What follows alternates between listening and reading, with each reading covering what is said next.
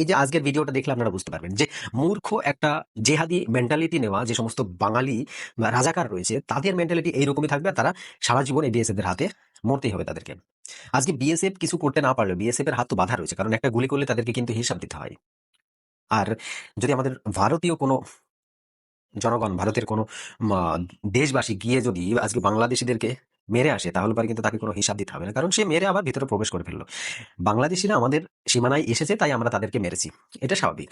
এইরকম আজকের ভিডিওটা আপনারা দেখতে পাবেন যে কিভাবে একটা খাসিয়ার যে জনজাতির একজন মানুষ, আমাদের ভারতীয়, সে কিভাবে তেড়ে যাচ্ছে বাংলাদেশিদেরকে, গিয়ে বাড়ি পাঠিয়ে দিয়ে আসে। আইসে দেখেন একটা বেসেবের সাথে একটা খাসিয়াও নেট ক্রস করে বাংলাদেশে ঢুকে পড়েছে। এ খাসিয়া ভাই, আপনি এখানে আসলেন কেন? কি তোমারা দেশে কি গুন্ডে के लिए आया फास्ट फूड सारा এমনিতেই ভিডিও বানাতা হে। গাইছে দেখেন, এই দেখেন খাসিয়া খাসিয়া গুদাইতেছে, এই দেখেন।